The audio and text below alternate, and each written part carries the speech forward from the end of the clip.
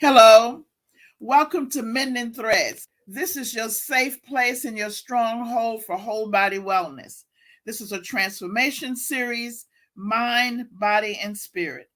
And today we do have a topic for you that's ever present in the news, in your newspaper, magazines, looking at the whole idea of how are we going to handle not only the quote unquote COVID, but how do we handle frequent changes and demands, particularly during a demanding, so to say, season of the holidays? Everybody's expectations of previous or history or our past experiences with mother, father. What are we doing now to look at how to not only survive, but how to thrive? Now, there's a difference between surviving and thriving. Surviving is just making it, making the day, finishing something. But thriving is coming out of it with a sense of wholeness, a sense of understanding, a sense of making meaning during the situation. So today we have our regular co host. We have, and you will see him, Pastor Corey Wilson of Christian Faith Missionary Baptist Church, pastor and psychologist in the field. Good morning. Good morning. Good morning. Good morning. Always an honor and a privilege. Yes, yes. And we have as our special guest this morning, we're going to have attorney Robinette, who is attorney and also author. So we're going to be looking at a topic of a story that she's written that fits in with transformation and healing. So, Pastor Wilson, Dr. Wilson, can you, with your experience, kind of bring us into this topic of looking at depression, looking at this season? And we want to look at it both, if we can, from a biblical and a psychological point of view. So when I bring the topic to you, thriving with depression, what really are you thinking about it from a biblical point of view? Thank First, you. First of all, let's separate. There's many aspects of depression, and we know that one can be chemical. Okay, but for the most part, the place that you're coming from with depression is more environmental. All right. mm-hmm. And based on this area of time of the season and time of year, based on the public and what the focus is on materials and giving, receiving, not having to give, not getting much. And if you got something and if it's not what you thought, it's going to cause you to be upset and angry with people. And then if you don't have to go get what you would like to give others, it'll cause you to have a depressive state because you're going to think that you're lacking something. Okay. And that's what a depression comes into a person that's more environmental sometimes. It comes from a place of lack. And from that place of lack, you always are trying to feel like you're more than or better than, but you're facing the fact that you can't give a loved one something material, which makes you feel good as an individual. Now So let's it's like their expectations. It's like you're perceiving yes. maybe that their expectations are more, or maybe they have voiced their expectations are Yeah, more, it could be. It could that be you're all not of the measuring above. up. Correct. Because that's the public, it's parents and children, husbands and wives, Mm-hmm. friends.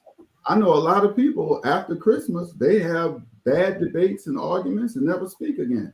And it all was Mm-hmm. about something they either got that they didn't like or didn't get anything.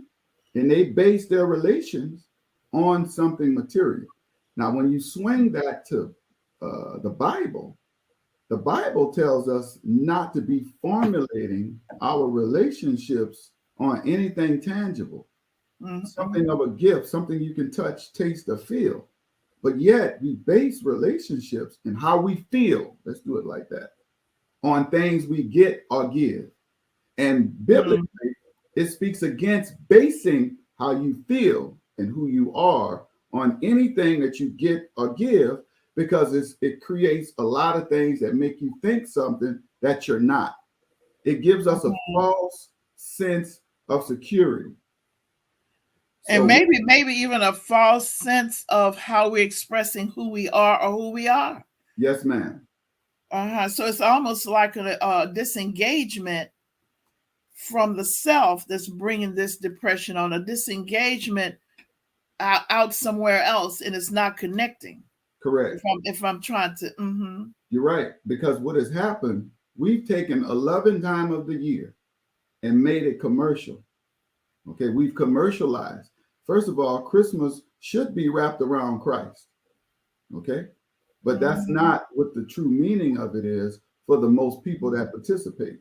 And then there's a lot of people that say, well, I'm just not participating in it because of the commercialism. Now, I'm not going to say let's do that either.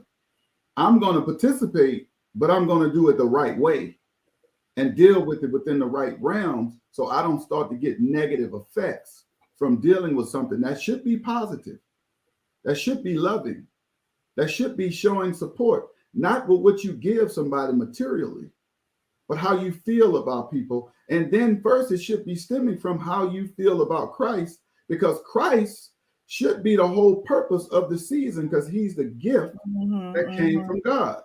hmm St. John 3:16, for God so loved the world that he gave his only begotten son. So a lot of people don't even understand the true essence of it. And because of that, whether you have money or not, you can still feel wonderful in this time because of what hmm God gave to man. That's a And then gift. but Come you on. know what, Pastor, what you're just saying, it seems as if this is devalued. For example, if you take your time and say make a throw for someone's bed, many times that is not appreciated as much as if you go and buy it. If you decide I'm going to make banana bread, I'm going to make my own special sour cream cake for this person, I'm going to do that. Many times that's devalued in today's society. What you're giving of yourself and your time and your energy thinking about that person and doing that, you see. And so I guess when we're looking at it, it is that what's devalued, I'm questioning, this is a rhetorical, Mm-hmm. is the giving of the self, Mm-hmm. the connection with the self and others is Mm-hmm. beginning to be devalued. It is what you have, what you look like you have, Mm-hmm. or what you look like you can give. Exactly. hmm And yes, that has devalued itself, but it never was meant for that. hmm And that's the mindset that has taken over when we get ready for December. It's a different hmm mindset than what it was ever intended for. And because of that, it's caused this devaluation of a lot of things in people when in essence it should be only based upon love, you all. Now, last hmm time I checked, for me to love you, that shouldn't associate with money. Right. I'm just saying. Yes. Because what Yes. did they do before we got civilized? Yeah. We came to the Western world when they showed love. There wasn't Yes. a store. So how do Yes. you show love? How do you Yes. show Yes. love from your child to your mom when Yes. there's no money? How do you show love from your mom to your child when there's no money? Mhm. How do you show love from husband to wife or wife to husband, friend to friend when there's no money? What do you do? Yes. But Yes. that's when you get back to the true essence, which Of is what it being is. valued. That's right. Uh-huh. Just the writing of how you feel or making something. I Correct. have a cousin um who makes the beautiful, she just takes a box like you buy the candy boxes, Mhm. and if it opens up uniquely, she can even make it open. She just takes boxes and she makes them so pretty, and she puts a message, a secret message in there for you. But it's a box that you could use to put your pens and things.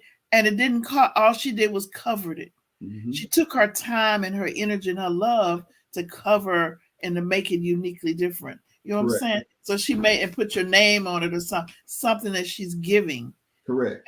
of herself. But I think we're on to something right now in terms of this depression versus the person, the giving and love. Right. And the two things I also want to point out with the depression aspect of this is about needs versus wants. Mm-hmm. If you're going to talk about depression, if you're going to talk about gifts, giving or receiving, you got to add needs versus wants. Because what happens Mm-hmm. when you're putting something, if you're knitting, you're taking time to knit, and it could have taken you 6 months to knit this sweater or whatever it is, this blanket that you have for the Mm-hmm. first 6 months. It took many time for you, all these months, to put this together.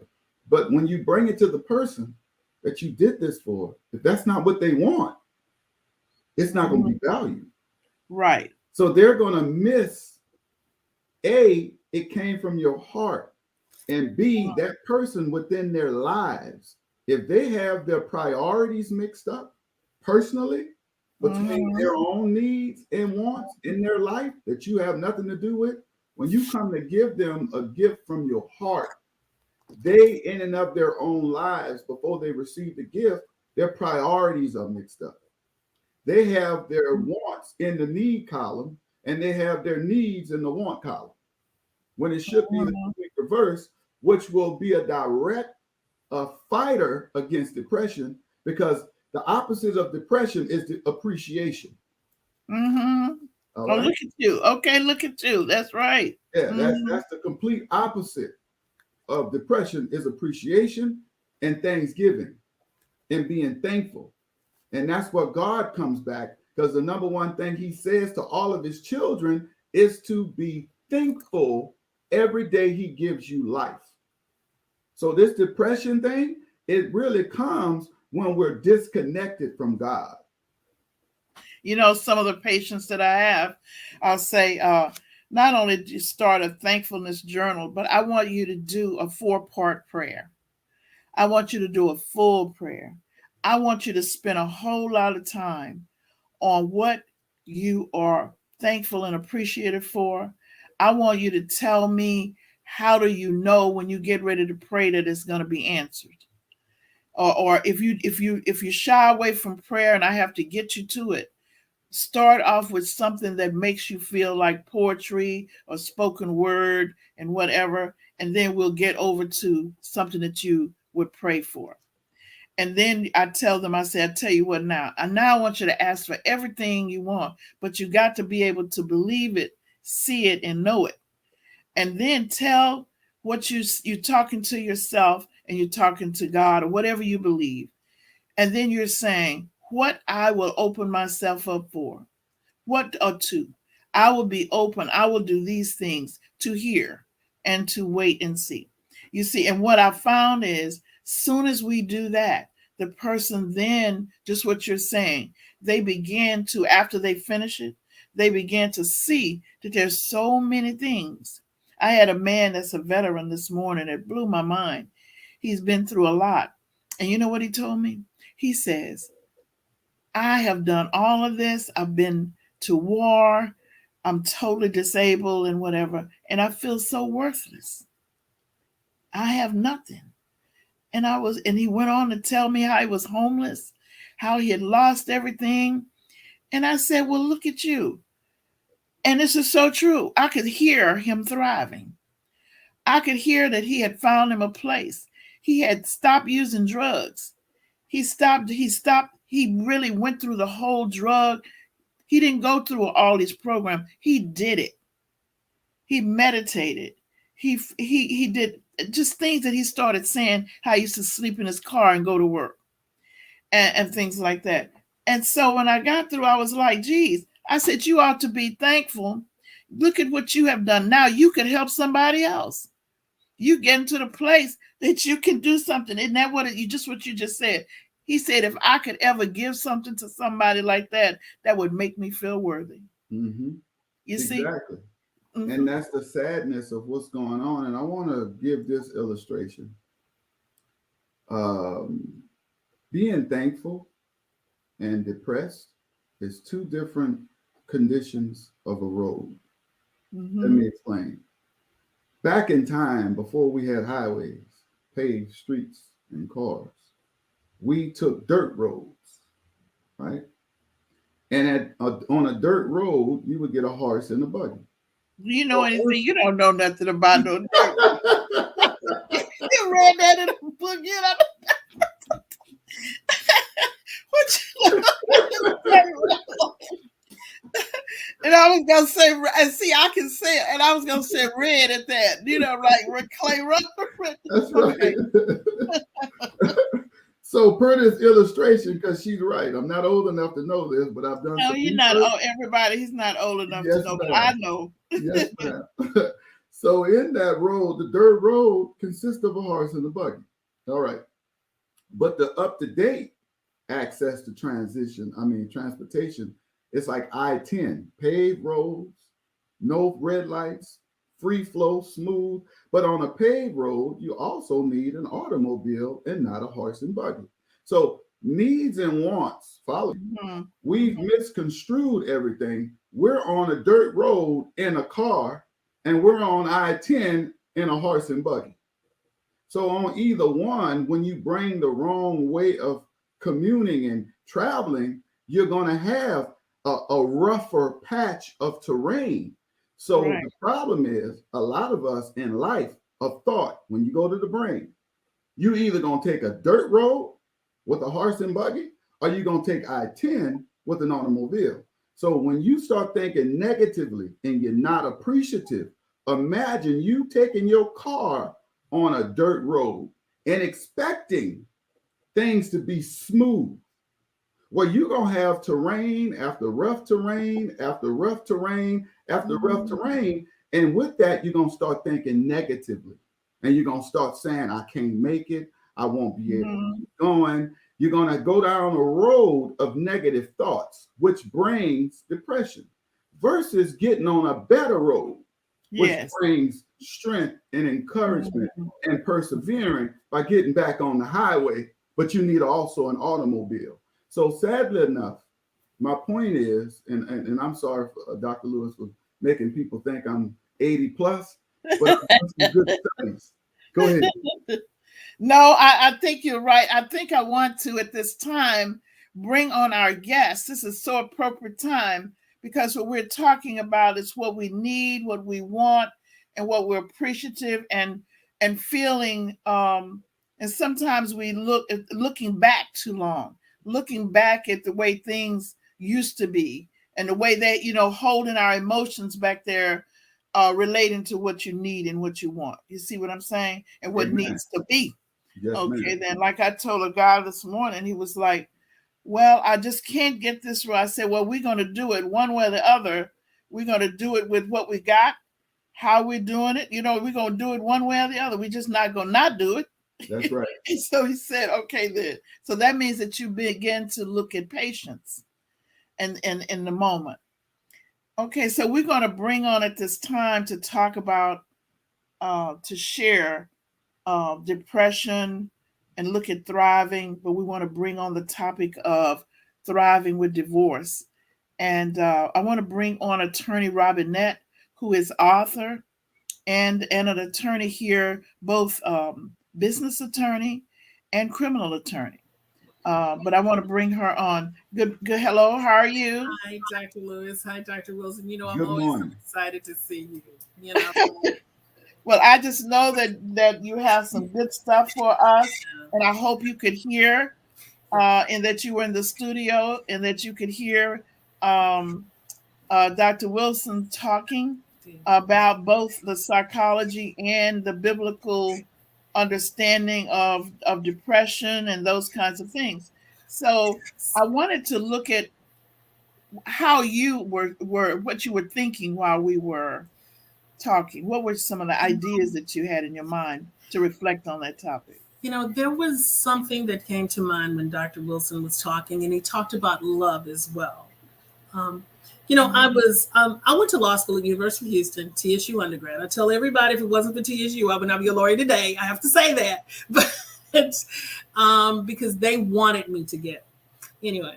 So I was driving down Cullen one day, and when I got to the freeway, I saw a man, and he obviously was trying to get money. He may have been homeless or what have you, And I saw the look in his eyes. He was African American. Saw the look in his eyes, and when I got to the corner, I did what I could, but something told me to look to the right. And when I looked to the right, there's kind of like there, at least at that time, there was like a little hill when you have the entrance and the name of the university was there. And I looked to the right, and there was a lady and a little boy. It obviously was his wife and child. Mm-hmm. They were sitting there while he was gathering for them. That was so profound to me. First of all, I said, that's a man. That's a man. Right. And he showed the love for his family, even though he was in that condition. I thought that was so beautiful. That was many years ago, and I never forgot that. You talked about that. If you remember when you had very humble, if you ever came from humble beginnings or whatever, you were more expressive. You could express things better. If you had a friend, you valued that friend probably more than now, some of us who've gone to maybe some affluence or whatever. It's different and things tend to change. But if we can kind of keep the perspective where we were back then and carry it with us as we go along, I think that could help to keep those relationships together. If Christmas time comes and we do get in some type of chaotic situation, whatever, if we could think back to how we were then, maybe that could help to preserve that relationship. And that's what I thought about when you all were talking this morning. One of the things that helped me, every now and then people don't think it. I can get really upset and my neck get all hot and everything. And I want to say something when somebody's just totally, there's a few things and I don't mind saying it. When people are just, my dad used to call it quote unquote good for nothing. When they just don't want to do anything and they just got 25,000 excuses and the stuff is piled up in front of them and every day they just letting it just pile, just excuse. Then I think, let me stop and see how that person feels. Just from so I've been doing that for years and I just stop. As my neck gets hot, I stop. There are only a couple of things that can get me hot under the neck like that. So, but the thing is when I do that, what you're speaking about, then you feel so much love for that person. You do. And you begin to feel, and I think during this time, I think that could really help people if you not over empathize, but you try to get connected to what that person's heart. Yeah. When they're saying words, people say words that really let you know what their heart feels. They say other words over top. Yes. But if you listen to their feeling words, their emotional words, they're telling you what is happening to them. Not the excuse words, but the other. And when you feel that, if you can just share with them. But the main thing is feeling. I think when what comes out next is more of a caring behavior, more of a supporting behavior, more of something that will help them move to what they need to do. Yes. Like the man on the corner. Yes. If you could just let those moments pass. That's why most Thunderbird courses, they teach you to pause in before you speak. Most executives, you'll notice when they're about to make a decision, they're going to think first and wait, and then they will speak. And that helps them to collect themselves and not embarrass themselves. One of the things we've done, and don't realize it, but everything we're talking, because it just hit me, we are using money as a substitute of love. We don't know it. Meaning, my wife, when we were to have some, let's just be straight, when I would do something stupid and I would want to bring home flowers, she didn't accept them. Why? She said, I don't need your flowers because you're sending me a false sense of a situation. I need to hear from you. You don't need to dress a discussion. Talk to me. My feelings are hurt. So come and sit down. Don't bring nothing in your hand. I'm not immature and I'm not a baby. So talk to me. Let your discussion be a flower. Wow. So what she's saying is, love me and don't bring me a trinket and Yes. expect me to change and shift or heal what I'm feeling because of a trinket. And that was me substituting, using a trinket instead of love. And Yes. that's what we've fallen into. We bring trinkets and think it makes us love people when we can buy a trinket and give it. When in essence, we don't need trinkets, we need love. We might want trinkets, and that's fine in the want column, but not in the need column. That's right. And we've Right. gotten all this misconstrued. Go ahead. That's So right. I wanted to see, I know that we're speaking of this, and I know that Attorney Robinette is awesome. She has written quite a few books. And I would like to see if we can take this topic because so much of this is going on, the loss and the separation around divorce and a lot of depression because that's a big connection. So I wanted to see if we could take the topic. Can you share? Do you have your book with you? You know what? I am Oh, because you came from court. right, and I should have had it with me, but I'm reproducing right now. They're at the publishers, and they're going to be available in the 1st of January. So all of them. I have, Okay. this is a book, but I have several children's books, which are my love. That's Okay. I want to touch on something with that. But this book is 30 plus 1 ways to move on after divorce. As a practicing attorney of 25 years, in my practice, I saw a lot of things. Now, when I started writing this book, I just used the topic of divorce, but everything in this book can be applied to many other situations in terms of loss. And it can be applied to so many different things. And once you read it or hear about it, you'll understand what I'm saying. So I kind of made it a little upbeat, and it's kind of like a self-help book. In my experience of people going through divorce, I was able to identify 3 different types of people, and I've given them 3 categories. The first is the tar, and let me tell you about them. With the tar, that person will come up to you, you'll be having a conversation, and at some point, they're going to start talking about their ex-husband or the divorce that they're going through. The tar person is the person that when you see them, you want to turn around and run. So I call them the tar, okay? Because that's what's going to happen. They've not moved on. They're still stuck, no matter what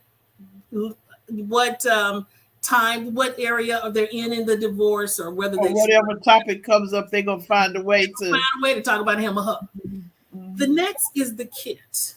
That person, they keep it all into themselves.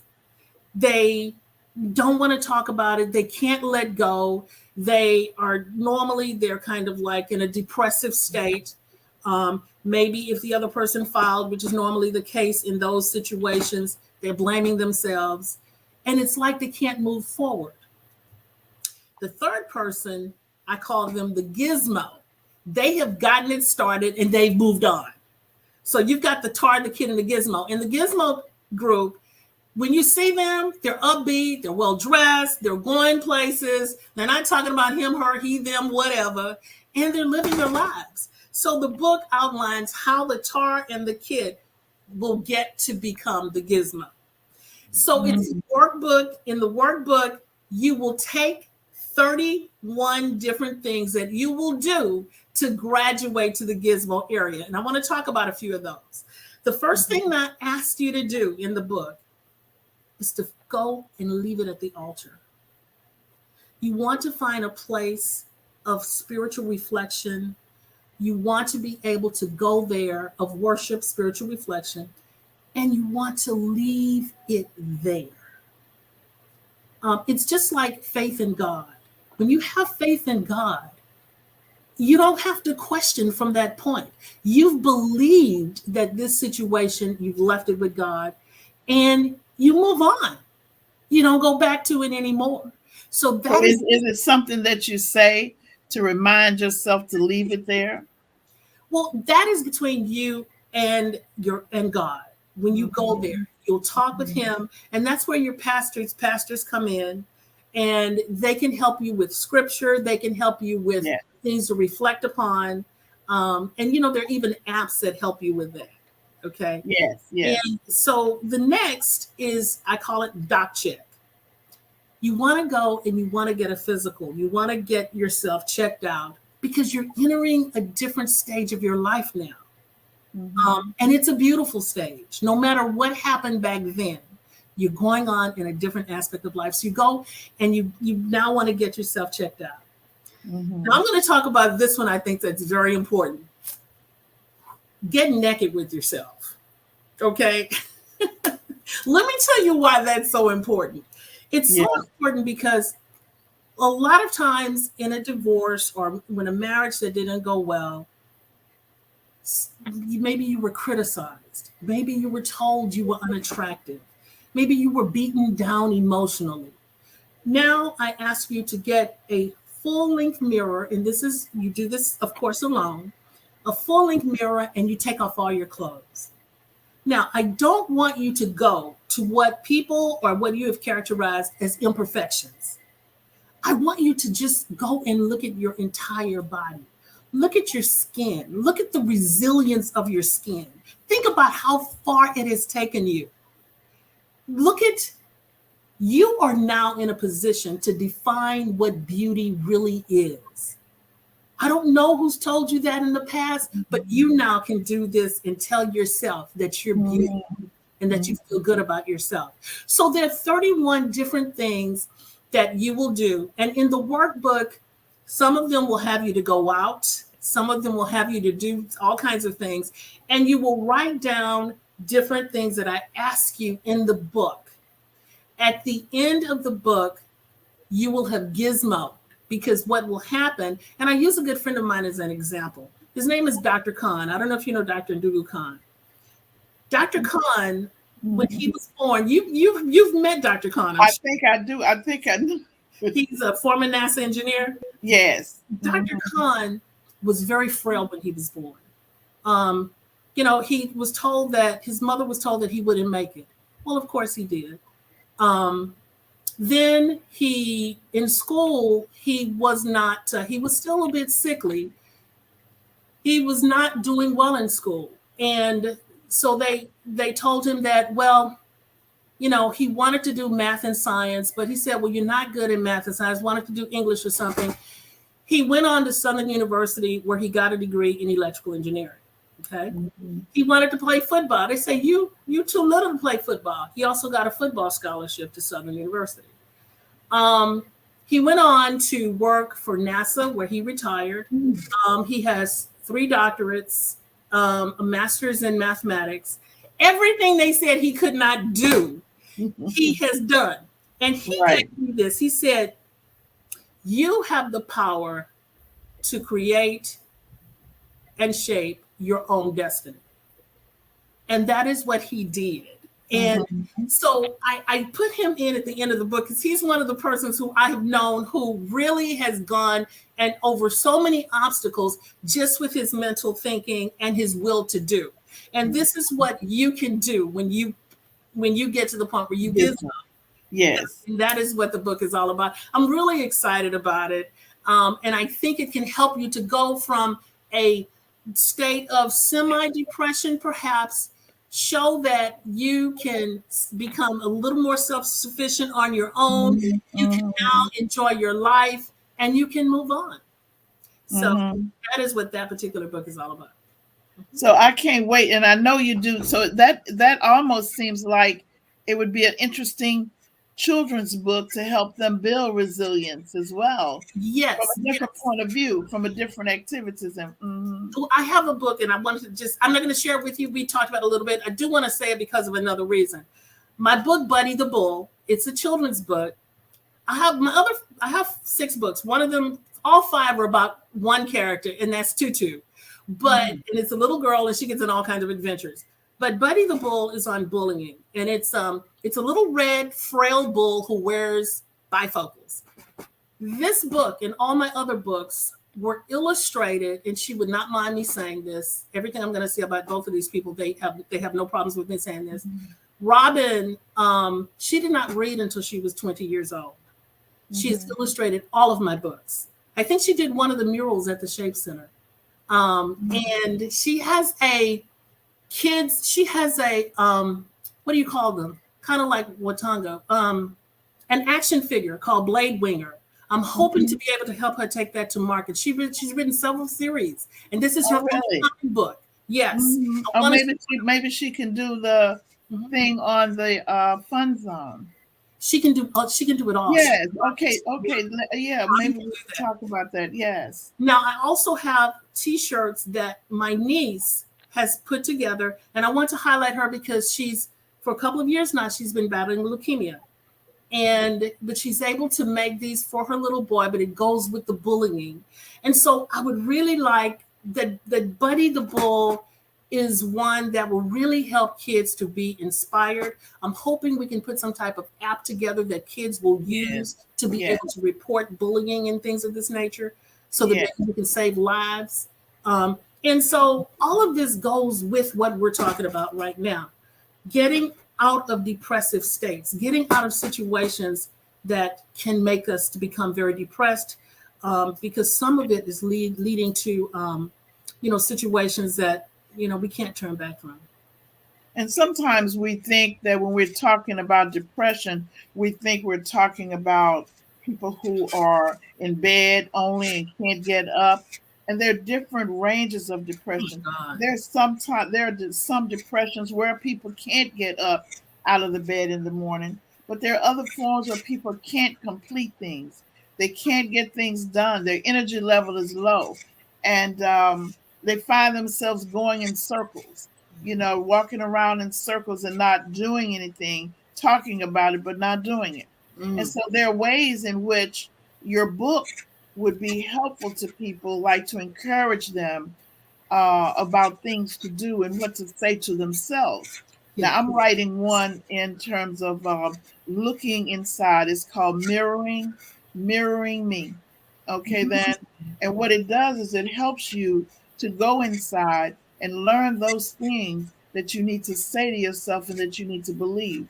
And it does include scripture and other things to help you know. Because what I found out is that we can believe these things, but if you don't know how to get your beliefs into action, you're stuck. You can believe them, you can have them inside, and that's why we have the Pastor's Call to Action Connect, so we can look at how to transfer beliefs to action. I'd like to ask Dr. Wilson, as a male, I've always understood that it is harder for men to express the fact that they're depressed. They tend to, if they're going to talk about, God forbid, suicide, they're more likely to commit suicide. Why is it so difficult for men to come forward and express their feelings of possible depression? Great question. Two things. You have the environment that we're raised in, and then the culture within the environment. And the environment is a culture. You have culture within the culture. Case in point, in America, right? And then being an African American in America. So the overarching culture is you don't express yourself because that's looked at as just saying being feminine. Expression from a man overarchingly says that that's femininity, right? So that's a no-no. Secondly, that's just expression. Now let's talk about a few things of expression. How you feel. If we go back to most African American men, dating back to the early 1900s, 1800s, I hate to say this, but it's the truth. The majority didn't go and hug the men, their own boys. They didn't touch much. Everything was about being authoritative and a dictator. You do what I say. This is what it means to be a man. Emotions are for women. That's pretty much what we've been ingrained with. And the problem is that has continued to perpetuate itself. So typically for men, when they think about expression, we talk ourselves out of it because we think it makes us weak. So then we go and hide. That's when we go and do dumb things like self-medicate. Yeah. All right. If we're married, just saying, we go have affairs. Mm. A lot of what we don't do naturally comes out in different activities, but you as women don't understand because you're saying, why are you doing this? Mm. If you love this or if you love me, we're just expressing ourselves in an unnatural way and in a sinful way because somebody has taught us not to express because it's weak, Mhm, it's mhm, negative, it's feminine, and it's mhm, bad. People mhm. won't look up to you. And then you have cases where when you do express yourself, people attack you and Okay. make you wish you would have never told them anything about your true inside and how you really feel because people aren't trained and know what to do with somebody's emotions when Mhm. they come out. So those are contributing factors to Yes. why most African American men in America, that's what I'm speaking to, Yes. American black men. Okay. I Yes. can't speak to non-American black men. I wasn't raised over there. Right. So they would have to come and inform me as to what's going on with them. But I can tell you what's Mhm. going on in America with the black male. Also, Attorney Robinette, from a different point of view, um, being consistent with that though, is that black women or women, I'm gonna say that culture, women, and then black women. I can't speak about any other, but in general, we tend to lean toward the macho man initially. We look at the man who has the muscles and whatever. So the man who then has the bifocals on, who's really sensitive, who really does those things, many times are dismissed as a nerd until maybe the most recent 2 years. The last 2 years, you're seeing gravitation toward the nerd. There's a gravitation toward the person that because of there are many reasons for that. It has a lot to do with the COVID. It has a lot to do with oppression. It has a lot to do whatever of needing to be the need for nurturing. You see, yes. Dr. Lewis, I want to confirm that, okay, completely with my own personal experience. Remembering when I grew up, elementary, middle, high school, etc., back then, before we got to college, most of the men that were popular, hip, had swag, as the young people would say, right? Who looked good, the tall, dark, muscular. They peaked very early. I hate to say it. 20 years, 30 years, 40 years later, their incline was in middle and high school, but they began to decline. And you know who began to peak after high school? The quote unquote nerds who the Yeah. women used to laugh at. Right. Wouldn't even give the nerd a chance. But guess who the nerd became? They became the CEOs of the company. But the popular guy that was hip, that had the looks, he worked for the company. But the nerds who the women laughed at, they began to run the company. They're the ones that became gravely successful, but the women used to laugh at them. And I'm telling you, as watching it, I'm what they call a late bloomer. So I understand this dynamic and I remember, but then I watch the ones that peak, and I'm not saying everyone. So please let me be clear. Well, here's the thing though, Pastor. The as women change, is it not? And I don't want to get too far, but I want to say this: as things change, women have become more self-sustaining with food, shelter, and clothing. So now women are more looking at a companion.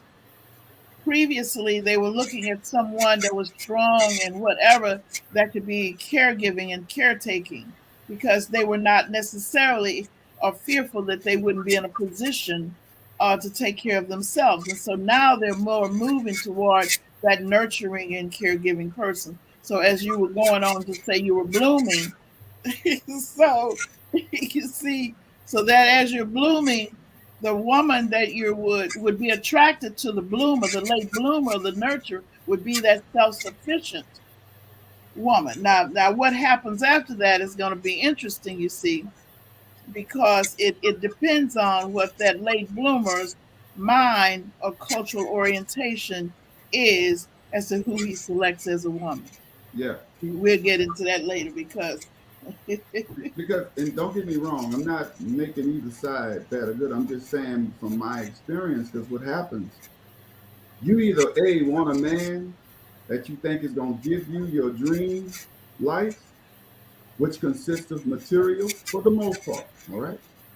But the one that's going to give you the person, the emotion, the the love. sensitivity, the Mhm. love, the comfort, we don't seek that until we become that and mature and understand the value Yes. of that.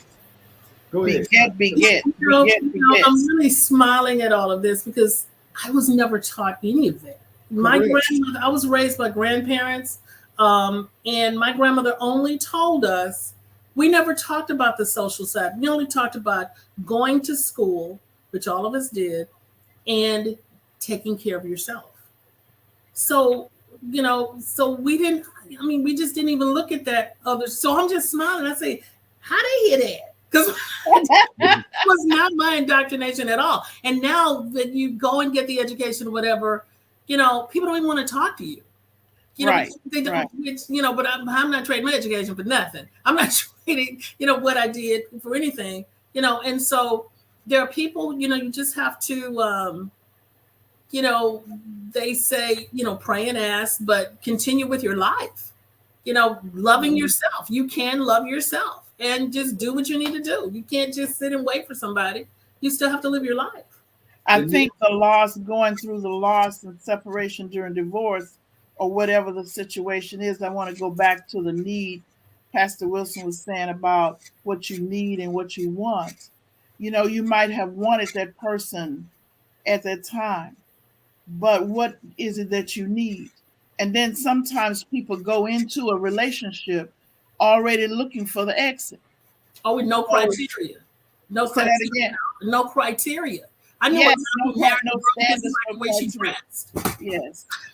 And so the thing about the criteria, like a person said to me, well, Dr. Lewis, I have become a nurse and I'm head of the division, and I do not want to have somebody who is less than what I am. I say, well, how do you define less? Because if you really want to be loved and you want security in that thing, what is that about? Is it is it about how much money the person makes, or is it that that person is working every day, has an aspiration what they're going to do with their business? They could it could be a whole different. So so she now sees that all of a sudden she has found this love of her life.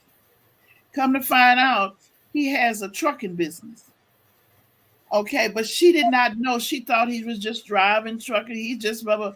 The man has a fleet of trucks. He just didn't talk about it, and she didn't get to know him as a person. She didn't find out that he was mannerable, that he took care of his mother, that he cared for other people in the community, that he was active politically, that he was taking care of things. She never got to know the person.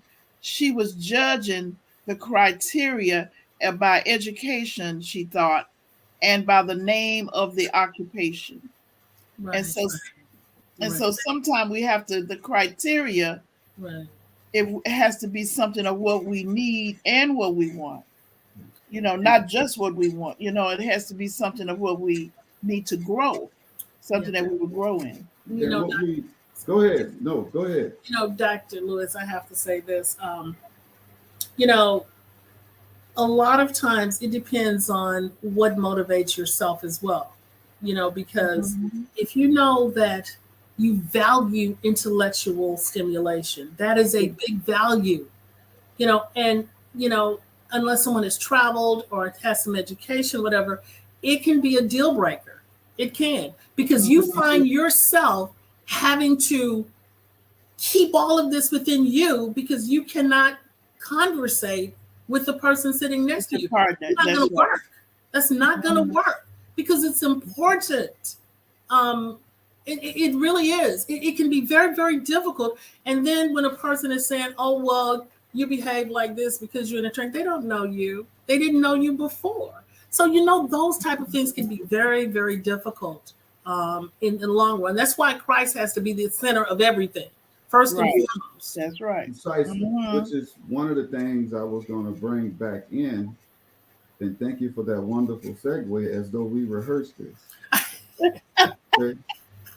But two things I want us to hear.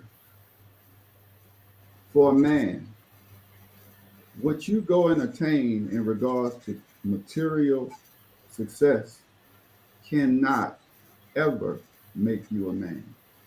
Right. I said ever. Whether you have it or not, it cannot make you a man. The problem is we have valued ourselves as men based on success. Okay? So we live vicariously through the wrong means of what we think being a man is. On the other end, for the woman, for her fight, she thinks her success and what she's been able to do to show that she can take care of herself, she thinks that makes her a woman. And it doesn't. She was a woman before she went to school. She was a woman before she graduated college. But the problem is we think that made her a woman. And from graduation, she's been living through the lenses of a graduated, successful, I'm somebody kind of woman, which is a false pretense of what a true woman is. So both on different sides have been using the wrong things to validate being a man or a woman.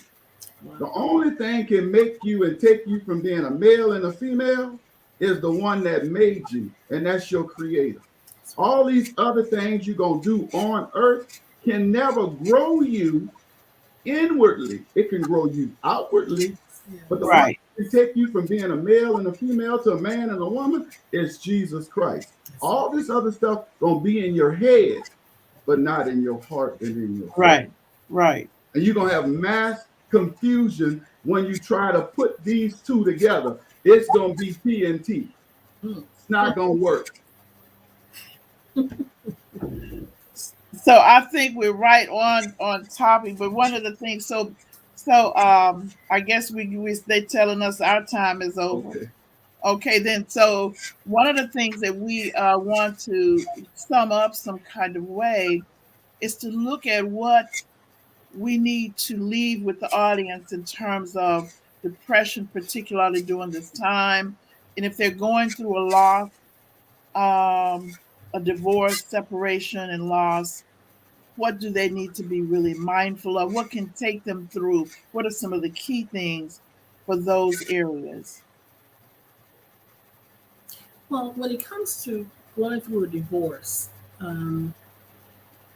the first thing that I said in my book, Taking It to the Altar, now is the time, and there's easy to do it because the focus should be on Jesus Christ in terms of Christmas, so it's a lot easier to be able to get into that spirit if you stay focused on that.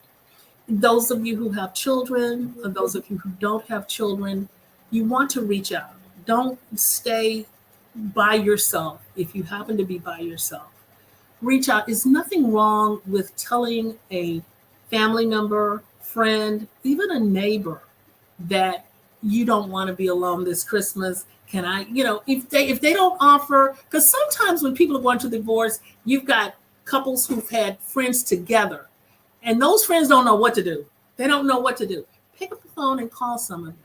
Can we spend some time together this Christmas? Nothing wrong with that. They won't know that you may want to do that. So Search yourself. Don't wait for someone to ask you. Go out there and be assertive. And that's a part of you gizmoing. That's a part of you taking the lead and leading on with your life in a positive direction. Step out. Mhm. And I thought maybe even giving a new name to yourself, giving a new, finding a special place in your own apartment or your house, Yes. and creating that area for yourself to inspire you, not for someone else, but for yourself. And Yes. then come up with one scripture, one poem, and one, I call it cheerleading statement.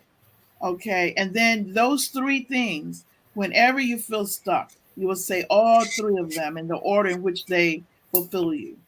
You see, and then some things that happen in that moment. You see, when you're feeling lost, but yours is the strongest is to bring people, and the other one would be to create something that you made that you can give. It could be a word, it could be something, and give it to someone.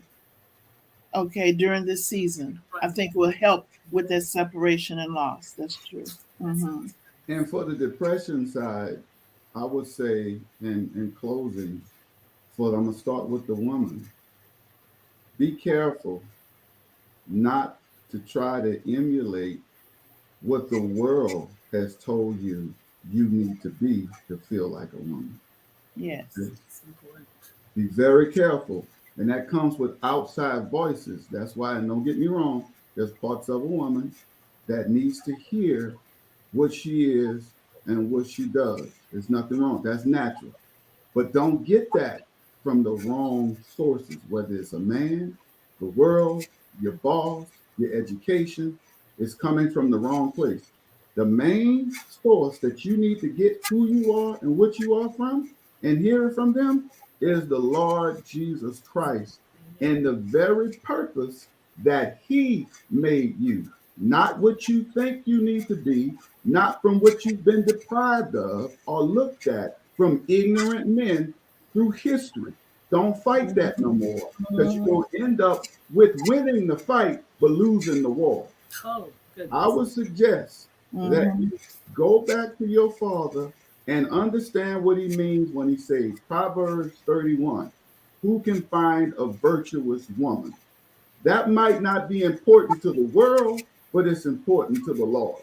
Second, for men, we need to make sure we stop trying to be what the world has taught us a man is versus going to the scripture and realize why he put Adam on this planet for the real reasons and the real purposes and to make Jesus Christ our head because we could never be a man. I don't care how much we establish, how much money, how many bank accounts, how many families we can have. Wow. If Jesus Christ is not the head of a man, he'll never be a good man That's right. according to Christ. And everything that he's going to do for himself and others going to lead everybody to depression. Okay? Nothing good comes from the wrong way of doing things. And I know the source of male issues and female is Jesus Christ. Amen. So I would say, and see, each time you do, I'm putting a little practical thing to each one. So I would say to someone who's really experiencing that, once you meditate, go to the altar, have your scripture, your poem, and your cheerleading, and you recognize who you are with inside, as Pastor Wilson is saying.